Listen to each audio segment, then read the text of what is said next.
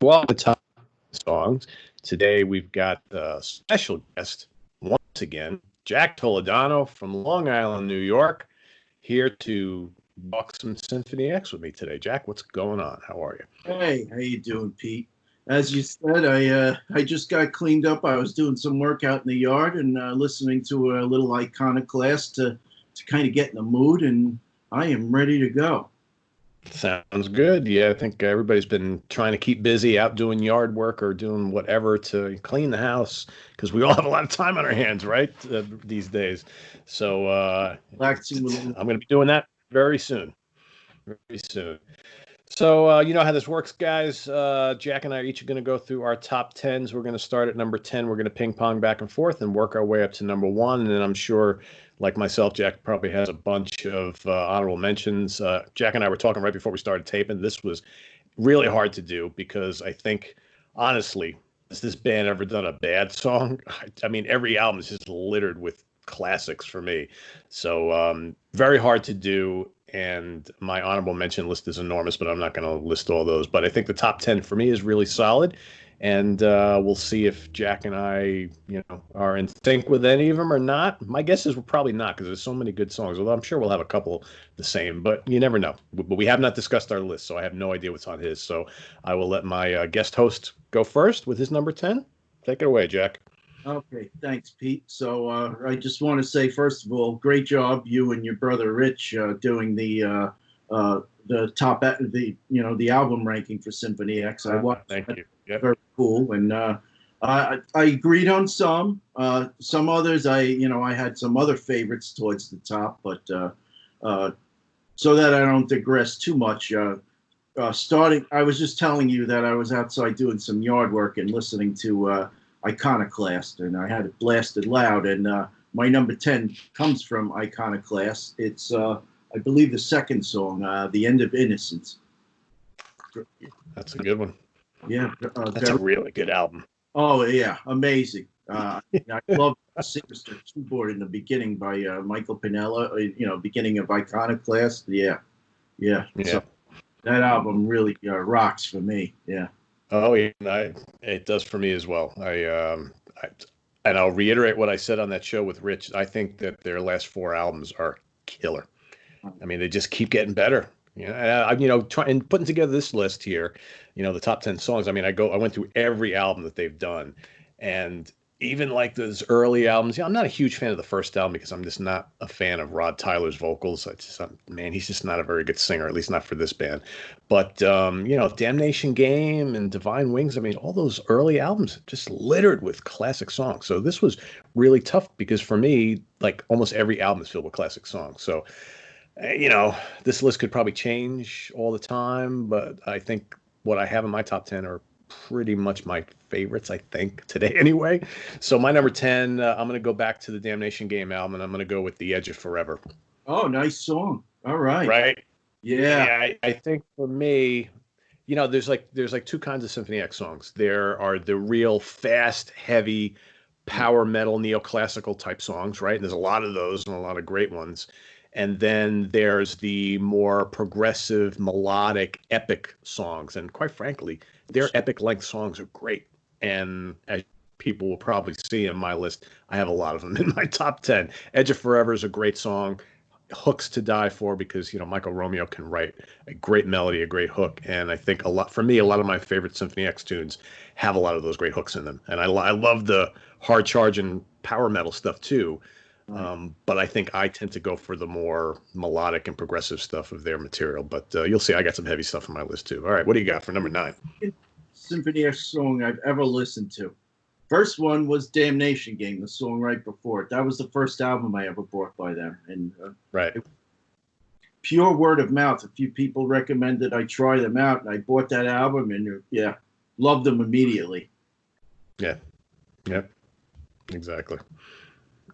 So, okay, number 9 for me, and again, we were talking about how difficult this was, putting this together. So, number 9 for me is from Flying Wings of Tragedy, and it was actually two songs that I almost had to flip a coin, to be honest. The first song, I'm sorry. What?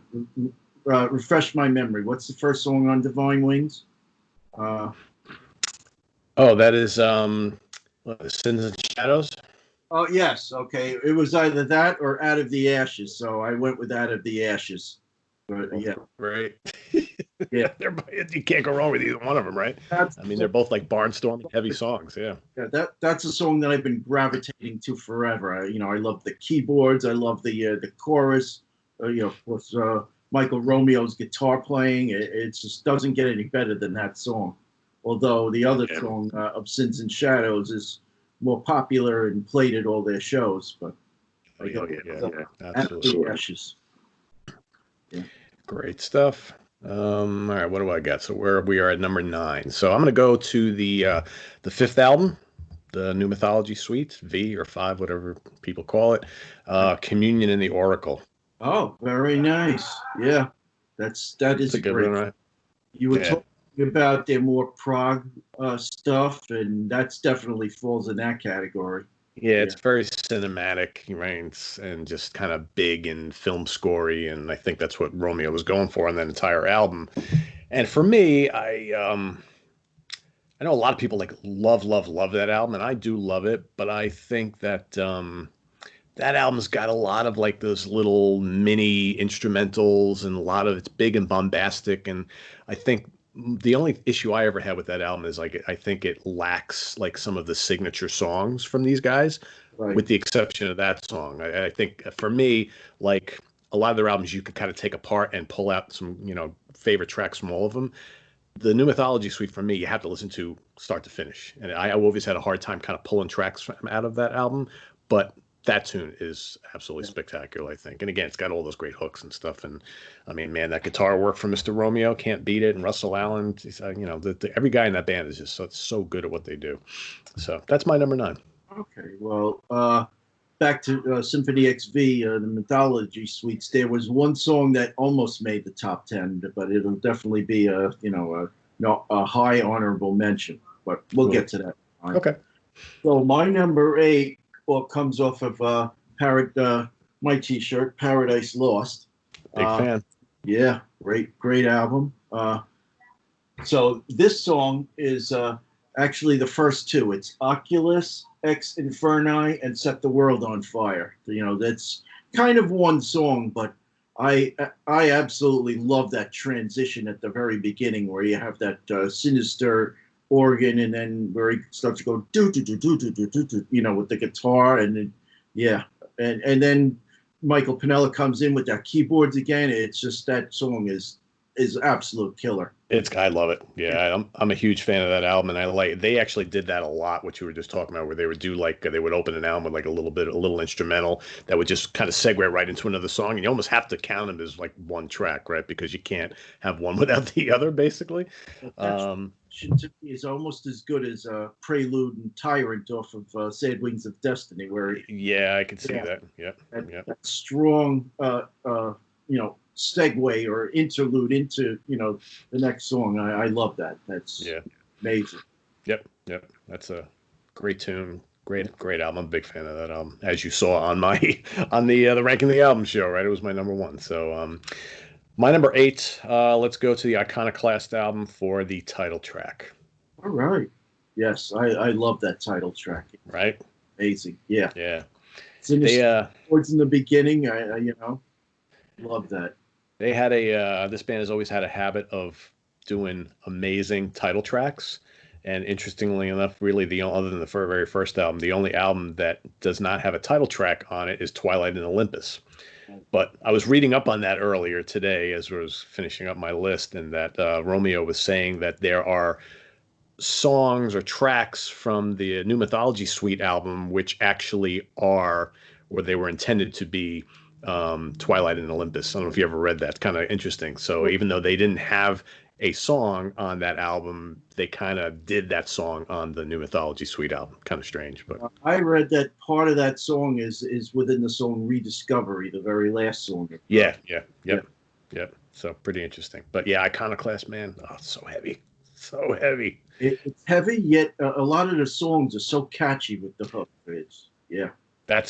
that for me is the great thing about this band. I love them for the guitar work and the everything is great about musically speaking, but man, there are hooks in all of these songs, even like the bone crunching heavy ones. It just, you can't get those melodies out of your head.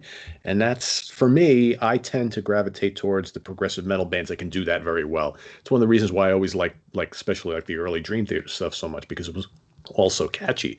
But there's a lot of prog metal bands that are out there that just, nonstop riffs and chops and blazing solos, but the songs just aren't memorable, you Yeah. know? And Symphony X, man, every song on every album is just so memorable, and that's what that's what I gravitated towards them because of that reason, and that's the reason why I still love them. So Yeah. yeah, all right, number 7. Number 7 for me comes off of the album Odyssey. The Oh, Odyssey. There's a couple really strong songs on oh that. yeah. And Hmm. I strongly suspect you are a fan of this song also. It's one of the heavier ones on the album, King of Terrors. Oh, it's Yeah, great. yes. Love that song. Yeah, that actually, Odyssey is just a very very strong album. I know we're saying this about every album here, but Odyssey is absolutely terrific, and that is a great song, and that's a killer riff on that. Oh, yeah, without a Yeah. doubt. Yep, that's a good choice. Good choice. We got a lot of variety here so far. We're only at number 7. It's pretty good. All right, I'm gonna go one more time back to the Damnation Game album for my number 7, and this is actually a two-part song, so I'm just gonna lump them together anyway. A Winter's Dream, parts 1 and 2, and specifically part 2, The Ascension, which is just absolutely amazing. I posted the video to that on my Facebook page this morning. I'm sure you probably saw that, and it's just so catchy, and it's just so proggy, and I love it. There's like a select handful of tracks on those first couple albums that just are, for me, I will always love, just because you know new to discovering the band way back there in the mid 90s, and it's like, oh my god, those it's so heavy and it's so catchy and it's so proggy. It's like, Yeah, where's this band been all my life, right? right. Yeah, So, but yeah, that's another good kind of, and again, if you notice, kind of a lot of similarities here on a lot of my picks, long tunes. right, Almost every one on my list is like lengthy. right. These guys did great epics. They really did. Well, you'll see as you get up my list, you'll see a few of those as well. I had a feeling, right? All right, where are we? Number 6. All right, what do you got, Jack? Okay, number 6 you already mentioned, so don't have to talk about it that much more. It is Communion in the Oracle. Ah, there you go. Cool. XV5. Again, I have at least one or two honorable mentions from that album. Another song that I was agonizing: do I keep it? Does it drop down the list? But unfortunately, it can't. It doesn't hold a candle to the other ones that I'm going to mention as we move up the list. So Gotcha. Cool. number 6. All right, I'm gonna go to the Divine Wings of Tragedy album for The Accolade. Oh, okay. Great song. Again, Yeah. long, very catchy. Yep. Russell Allen just totally nailing those choruses, and with Michael Romeo's just amazing melodies. Right. And that's another thing that I want to mention. Russell Allen is a hell of a singer, and I love how on the Symphony X albums how he can go from that gorgeous kind of, almost like operatic pop voice, and then he snarls with like this kind of venomous Ronnie James Dio style metal wail, and he does that so much in all these songs, and it's so cool to listen to, because it's like it gives you this great vocal variety, and nobody else is singing but him. He's doing it all. It's fantastic. If you remember, I was a big fan of his solo album, Atomic Soul, which I thought was great. Very good album. Yeah, I haven't heard that in ages. Wow, that's a very good one. Yeah, that was him doing like the kind of blues rock thing, man. It was great. Good, Right. like Yeah. 70s style hard rock album. Yeah, excellent. All right, the top 5. Here we go. All right. Uh, my top 5, and even my children like this one. This is off of Twilight and Olympus, Church of the Machine. I knew that was coming. Yeah, yeah. They were so cute when they were little. Oh, Daddy, please put on Twilight Cathedrals. That's even the title of the song, but that's what they would remember. Right, right. I remember you telling me that story. That's why when I was putting my list together and I was going through that album, I'm like, I know Jack's going to squeeze that one on there somewhere, right? I love that. First of all, I love Twilight and Yeah. Olympus. Great album. I think that was the second one I bought, even before I bought Divine Wings. And a couple of those songs really gravitated to. First four, you can't go wrong.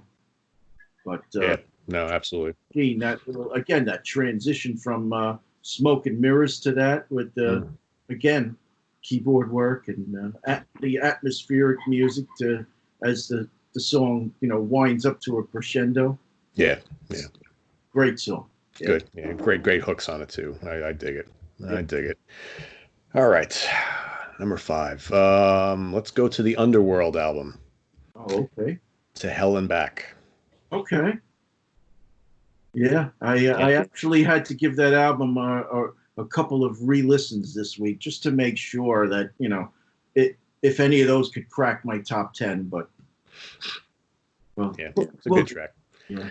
Again, another epic song. I'm picking one epic after another. I think that this band writes great long form songs, and I forget exactly how long that one was. Was it 9, 12, something like that? It's somewhere around there, and just really works. And man, it's just so memorable, and it's heavy, and it's got all these different changes, and it's like, I mean, their lengthy tunes just kind of take you on a journey, which is kind of what it's all about. So, but it's got a great chorus. That's what it's all about. Good musicianship, heavy, and a great chorus. That's all I need, right? Makes me happy.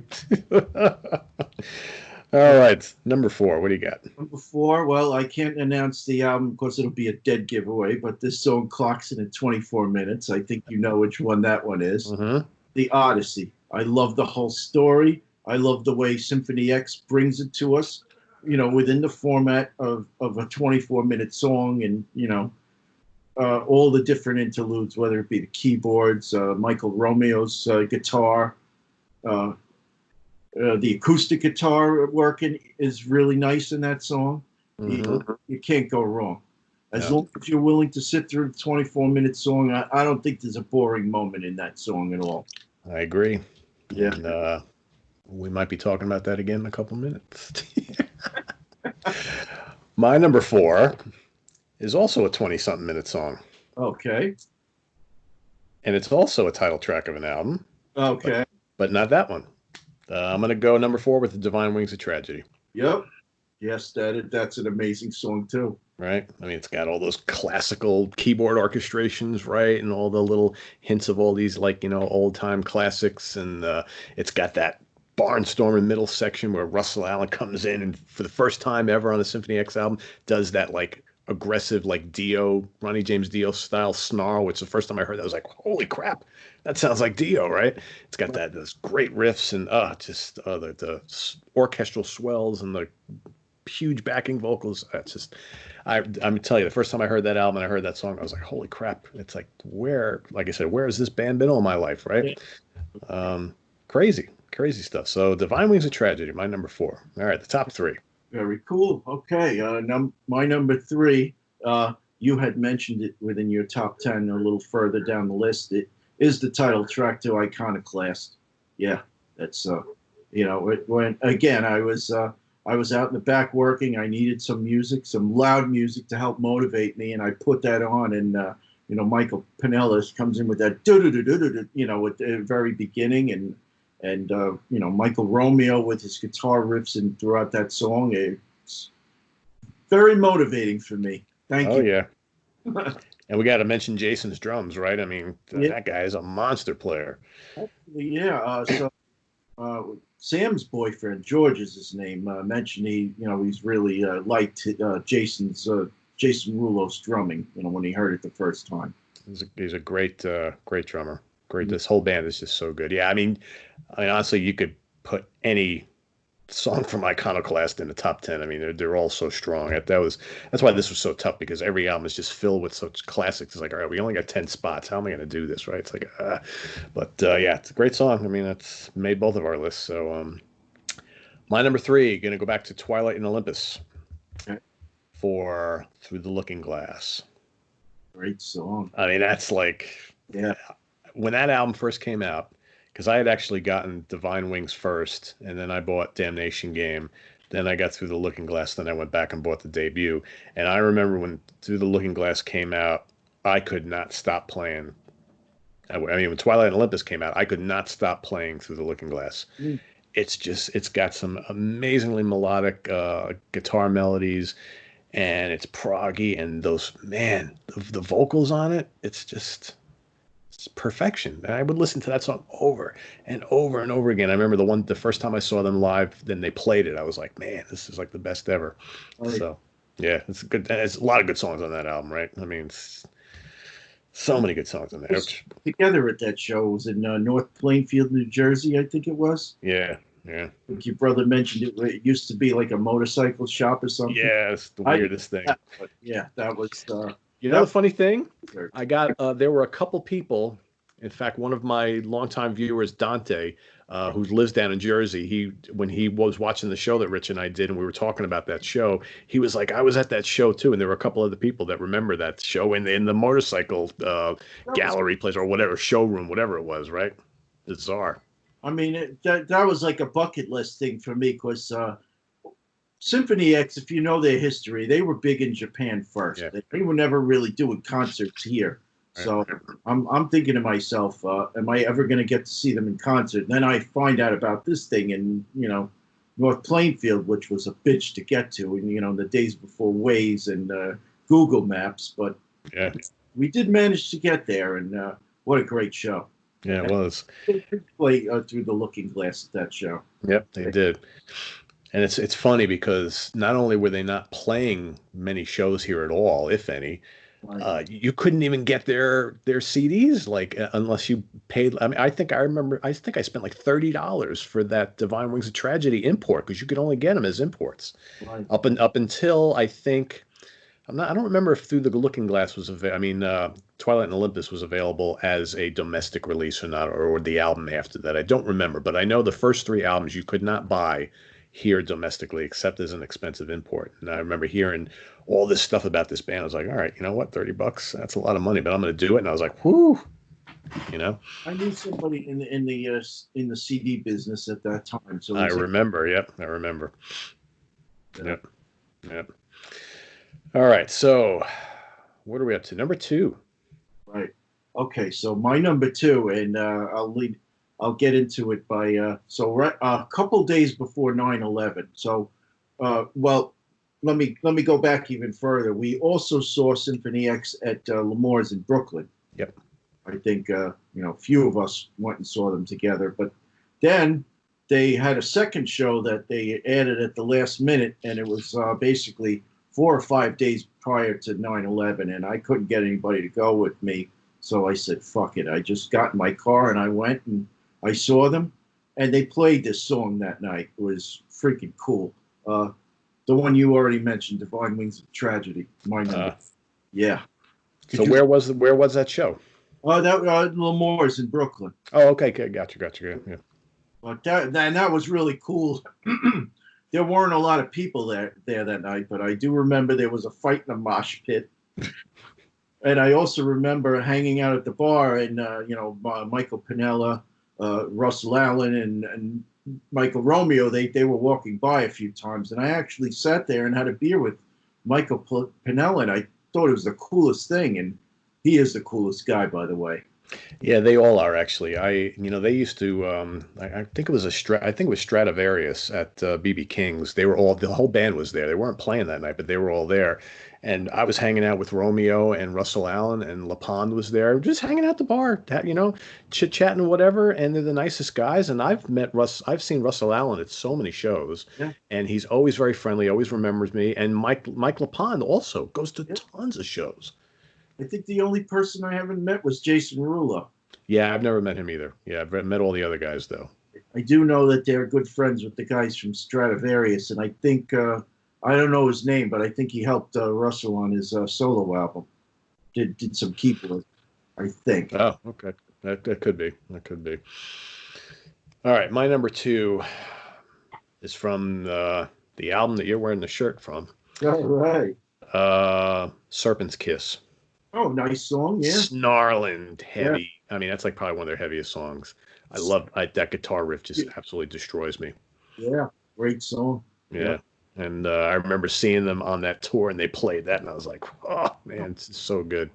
A little surprised that that made it that high on your list, but that's cool. Yeah, I just love it. Yeah, I mean, I'm a big fan of the album, and that song in particular just always just crushes. I just love it. It's so, like I said, it's one of their heaviest songs, and I think it's a kind of an outlier if you look at the rest of my list, because I think most of my stuff is a little more lengthier songs, more progressive, more melodic, and then you got Serpent's Kiss, which almost doesn't fit in on my list, right? Because it's so freaking heavy. But I just love it. I just love it. I was listening to it yesterday, and I was like, oh man, that riff just kills me. And Russell is like so aggressive on that. So Well, that's my number two. Eat Off was pretty cool too on that one. Yeah, the Jason Rulo starts out with and the drums. Yeah. Oh yeah, yeah. He starts out with the drums, then you got Michael Romeo comes in with that pick slide, and then that riff just comes barnstorming. It's just killer, killer. So great album. I mean, you could pick anything from that album too. It's a winner. All right, the number one. Okay, number one. You already mentioned this. I can say that I think our top tens are a little more similar than our accept top tens were. About a week or so ago. But this one you did already mention from Twilight and Olympus, Through the Looking Glass. Oh, cool. Yeah, to me that's a great song. It is. It is. The first four songs going, in they're kind of like a medley, but then you get to that, and Pinella starts with that keyboard in the beginning, and then the atmospheric guitar playing by Romeo, and it leads into that song, and it's the whole story of the sequel to Alice in Wonderland. It's great. Yeah. He's a really good songwriter. Yeah. I think he doesn't get enough credit for that. I mean, he's the mastermind behind this band. He writes and produces everything. Right. And some genius. I mean, the lyrics are great, Mm-hmm. and the arrangements are fantastic. I mean, the guy doesn't get enough credit, I don't think. He's an amazing guitar player. We all know that, but I mean, he's the guy who makes it all happen for this band.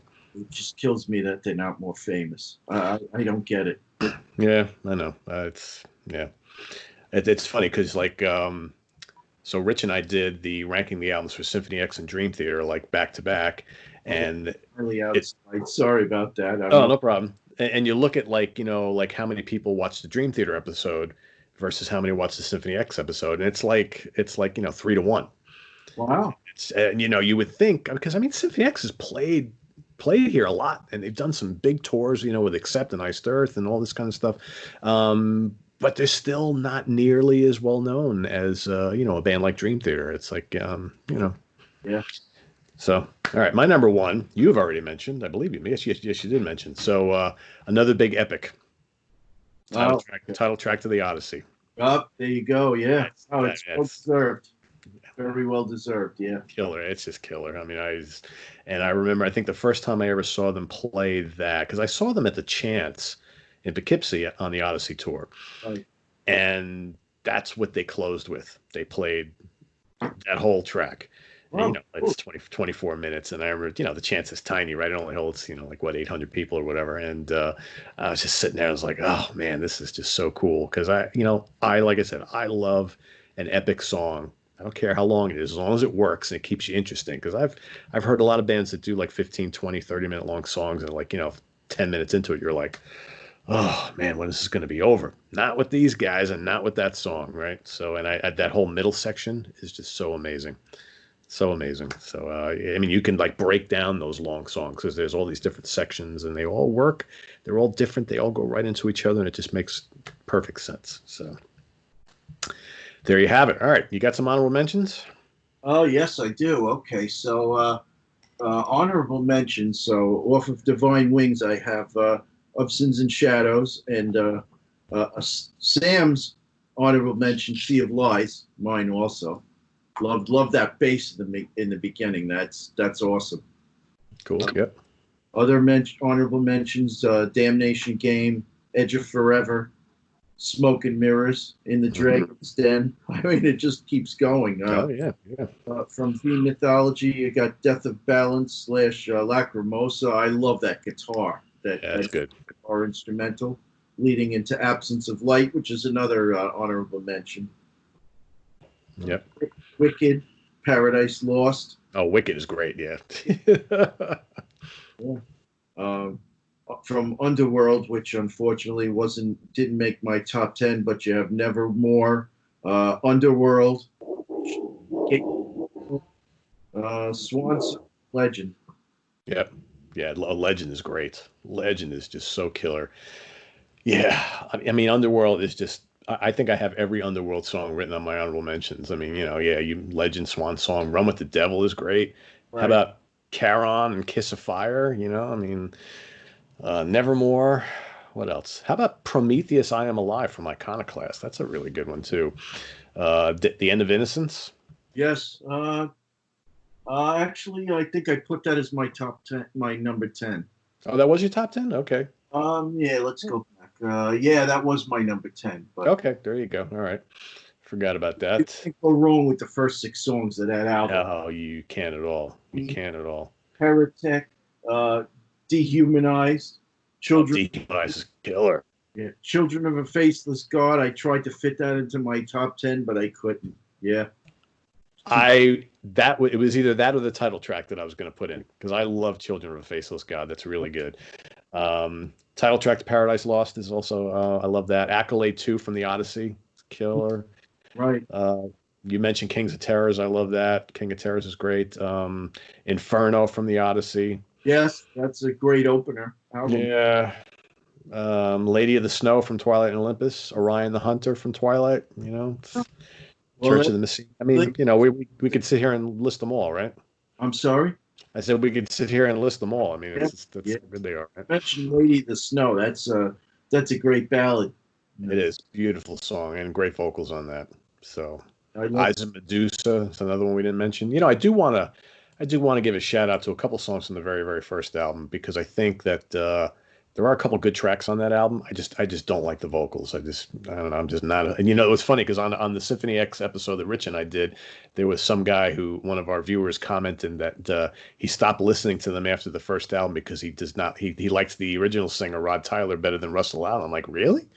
It's like, I mean, to each his own, I guess. But in the hundreds of people I've talked to in the last 25 years about Symphony X, I don't think I've ever heard that from anybody because most people, Rod Tyler's vocals are just completely forgettable. And to me, he sounds like a really out of key Mark Bowles from Yngwie Malmsteen's band. It's just like the difference of Bruce Dickinson and Blaze Bailey. I mean, yeah, I mean, I don't know what Rod Tyler has done since he left Symphony X, but he's just not, for me anyway, not a good fit for that band. But I do want to give a shout out to Premonition and Masquerade from the first album because those are actually really good songs. I just don't like the vocals, but Masquerade because they play it as they edited it as an extra to Odyssey and they redid it with Russell Allen's vocals and his vocals are great, but I love Michael Romeo's work. I mean that guitar, that beginning classical guitar riff he does, that's phenomenal. Oh yeah, it doesn't get much better than that, right? So. Cool. So there we have it. Top 10 songs for Symphony X. So you know how it goes, guys watching at home, guys and girls watching at home. If you're a Symphony X fan, feel free to list your 10 favorite Symphony X songs, right? Remember, there's no right or wrong answers here. We all have our favorites. We all hear these songs differently. And if you are watching this show and you've never listened to Symphony X before, your homework is to start listening to some of these songs that Jack and I have been listing here. Because if you're a progressive metal fan and you have not listened to this band, you need to. And I can't stress it any better than that, right? So, any last words, Jack? No, it's just I couldn't say it any better. People, if you're watching this and you're curious, I know Pete, you have turned some people on to new bands just from the show that you do. So, I can't stress it enough. If you need something new to listen to and you've never heard Symphony X before, do it. Go to Amazon and buy one of their CDs. Yep. You won't be disappointed. Absolutely. I totally agree. So Jack is coming back. We're going to be doing, we were hoping to do it today, but Jack needs a few more days. So we're going to be doing the same thing here. Top 10 songs for Iced Earth. Okay. Great American, power metal, thrash metal, whatever you want to call them. They kind of don't really fit into a neat category. They're just a good American club. Actually, Pete, if I could mention something. We got a couple, what's that? what I was going to say is one of my best concert highlights was actually seeing Symphony X and Ice Dirt together. I Uh, with me at that show. yeah, that was great. That was great. That was really good. So Jack and I are also talking about possibly doing a Hammerfall show. So if we have some Hammerfall fans out there, we might be doing that as well too. So stay tuned for that. So also don't forget to visit us on the web at www.seatranquility.org. Visit us on Facebook. Follow us on Twitter, and of course we're here on YouTube all the damn time. So for Jack Toledano, I am Pete Pardo. We'll see you guys tomorrow with some additional content. Jack, say goodbye to everybody, and we'll catch you next week. All right?